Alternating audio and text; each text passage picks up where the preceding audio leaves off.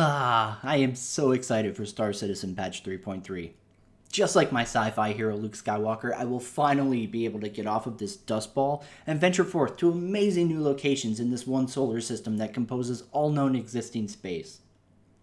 I feel like I can't decide. Will I take my first flight to Hurston or visit one of its many moons? Oh, how sweet it will be to see new exotic locations and ram my Aurora into other people visiting them. What a time to be a salty, unhinged space jockey of a flying torpedo. Yes, Alpha 3.3 features are gearing up to endure EVA Cardi testing. Getting it into their hands as early as possible is an important step towards a wider PTU release. Yes, and as we mentioned last week on Reverse the Verse, this round of testing is a bit unique. We've split object container streaming out to its own build. OCS is a big technical challenge that's going to take more testing and attention than the rest of the features and improvements planned for 3.3. And due to our date-based schedule, it has been split out, so it won't hold up the release. That means Alpha 3.3 will be released on October 10th at CitizenCon with new ships, features, and gameplay. You'll see things like FPS AI enemies for the first time and those scramble races we've seen in development making it into the game. Yes, we'll get OCS and all the content that comes with it, like Hurston and Lorville, live as soon as it's ready via a dedicated patch we're currently calling 3.3.5. You can look for that update on the roadmap tomorrow. And that just about does it for this episode. We'd like to thank our subscribers for sponsoring this and all of our shows. Yes, and of course, thanks to the backers for making the development of Star Citizen and Squadron 42 a reality. That's right. Until next time, we'll see you around the verse. Wait, what? Oh my god. Okay, that does it. Greetings, citizens! It's Failure to Report, here to talk about CIG's newest failure to deliver. So, did you hear about this one? After taking an extra year to delay the release of Star Citizen 3.0, these developers at Chris Imperial Games, they go and release their beta update thingy, and it's missing like 75% of the content that their emperor said was already complete, but needed a little bit more time to polish. Then, the player base who are funding the development go, hey, that's no thing, you take your time and do it right. It's gonna be amazing! Then a year later, they still haven't gotten past the 50% marker in completion. They've just added a lot of ships for you to spend your money on. But wait, hold on to your sides because it gets better. So then they are supposed to have this quarter 3 patch, which will bring the content up on some of the stuff that's been missing. But they go ahead and scrub like half of that patch, including the new planets and critical tech that they've been just kind of pushing for like 2 years now. So I guess Jesus Patch 4 couldn't get off the cross either then, huh? But hey, here's to Jesus Patch 5. May the funding be ever in your favor. Okay, serious face time. So, to what should be no one's surprise, as tons of people were calling it months ago, even before they pushed many of 3.3's major features to later milestone patches, Patch 3.3 is going to be showing up with some new fluff and missing most of its core content, which is now slated to be released in Patch 3.3.5, which, as the great saleswoman Sandy says, that just about does it. And I agree, Sandy. Nothing says, fuck it, whatever. Like dropping a quick, hey, we scrapped every major feature out of this patch we were already months late on in the, last minute of a YouTube video, less than a month from your game's big convention where you were expected to drop a major game update that finally starts to expand your one solar system space game that's missing 75% of that solar system.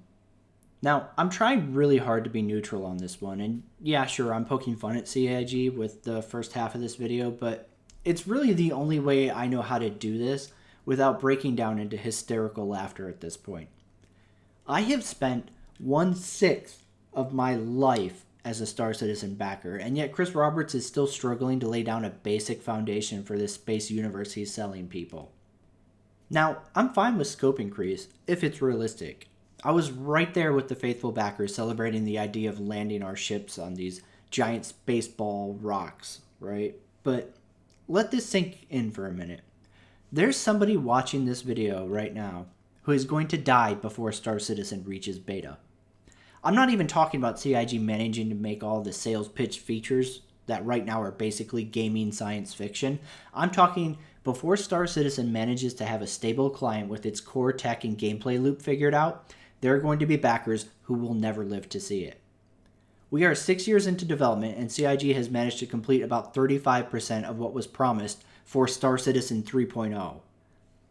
And that was supposed to release in early 2017, which was delayed to the end of 2017 and landed with almost none of the features that were expected in that milestone patch that Chris said was totally done but just needed a little bit more time to polish.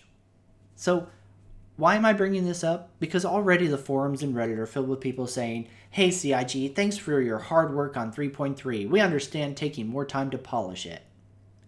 It honestly feels like Star Citizen is on some sort of Groundhog's Day loop, because every time the major patch that was supposed to fix the performance and pave the way to building this massive universe for our players comes about, those major improvements always get pushed to the side with an explanation from Sandy going, "Oh, well, we just need a little bit more time. Again.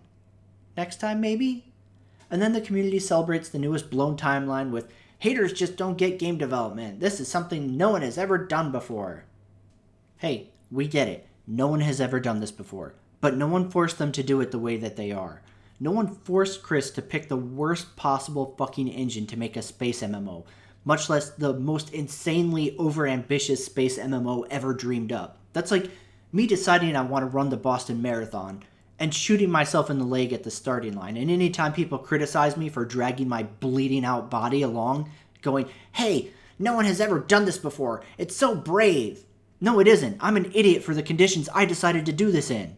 It doesn't make me brave or ambitious. It makes me fucking stupid.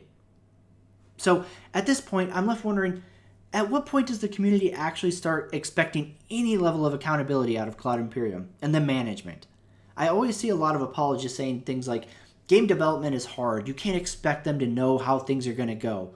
And yet there are industry professionals who make a living doing just that. If Cloud Imperium was being run like any other studio, we would absolutely have seen some restructuring.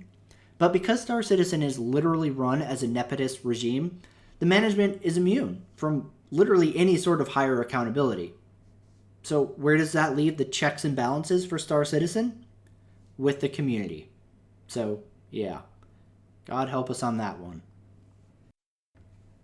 Now, I've spent the last few months since my 3.2 video where I criticized things like no in-game ship purchases still, or network bind calling getting pushed yet again, getting ready to write my "Hey, fair enough, I was wrong" video, after being comment raped by so many fans telling me that ship purchases were coming in September, along with object container streaming and network bind calling. When 3.3 came out in September, everything was going to prove me wrong. I mean, even after it seemed obvious that 3.3 wasn't going to make a September release, I still figured, hey, they're holding it back to align with CitizenCon because, hey, marketing-wise, it makes sense. I better get ready to eat my arguments because I'm totally fine owning it if I am wrong on something, and I was prepared to be proven wrong. So, if this video seems a little snarky, despite my insistence that I'm really trying hard not to be, it's because deep down, I'm laughing at all the people who told me how stupid I was for complaining because all of my issues were going to be fixed in 3.3.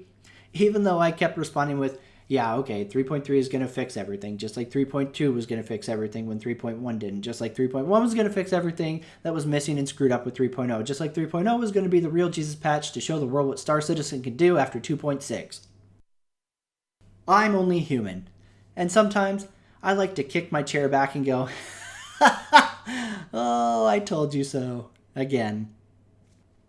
Now, losing Hurston and her moons, as well as having object container streaming pushed yet again, might not have been that big of a deal alone.